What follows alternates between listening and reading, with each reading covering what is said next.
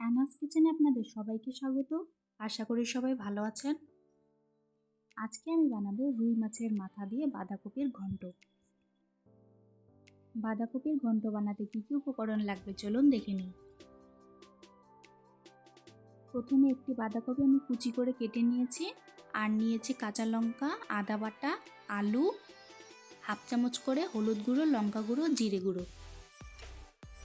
কড়াইতে 1 table spoon তেল দিয়ে মাছের মাথাগুলো ছেড়ে দিব।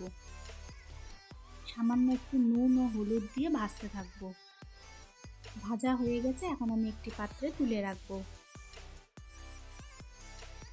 কড়াইতে পরিমাণ মতো তেল দিয়ে 1/4 টিস্পুন পাঁচফোড়ন দিয়ে দিব।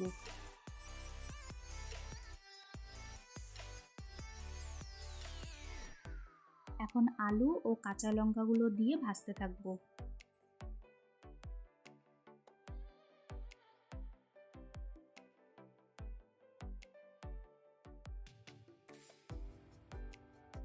আলুগুলো হালকা ভাজা হয়ে গেলে 1 চামচ পরিমাণ আদা বাটা দিয়ে দিব।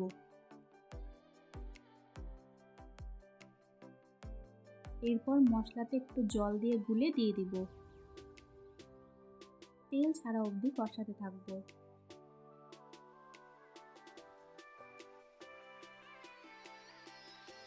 মশলা থেকে তেল ছেড়ে এসেছে, এখন আমি বাঁধাকপিগুলো ছেড়ে দিব। ভালো করে নাড়াচাড়া করে নিব। আজকের রেসিপিটা যদি আপনাদের ভালো লাগে, আমার চ্যানেলটিকে লাইক, শেয়ার, সাবস্ক্রাইব করে আমার পাশে থাকবেন। স্বাদ মতো নুন ও 1 চামচ চিনি দিয়ে দিব। আপনারা খুবই সহজে এটা বাড়িতে বানিয়ে নিতে পারবেন। আমার রেসিপিটা ফলো করে মাছের মাথা দিয়ে বাঁধাকপির ঘন্ট একবার বানিয়ে খাবেন, আশা করি ভালো লাগবে। বাঁধাকপি ভালো করে সিদ্ধ হয়ে গেছে, ভেজে রাখা মাছের মাথাগুলো ছেড়ে দেব।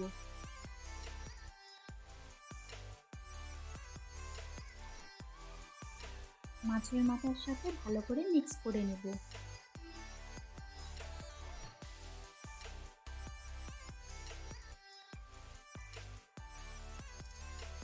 নামানোর আগে 1 চামচ ঘি দিয়ে দিব।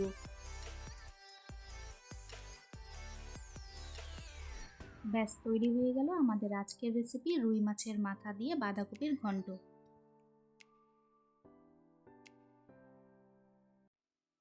আজকের ভিডিও দেখার জন্য আপনাদের সবাইকে অনেক ধন্যবাদ। সবাই খুব ভালো থাকবেন।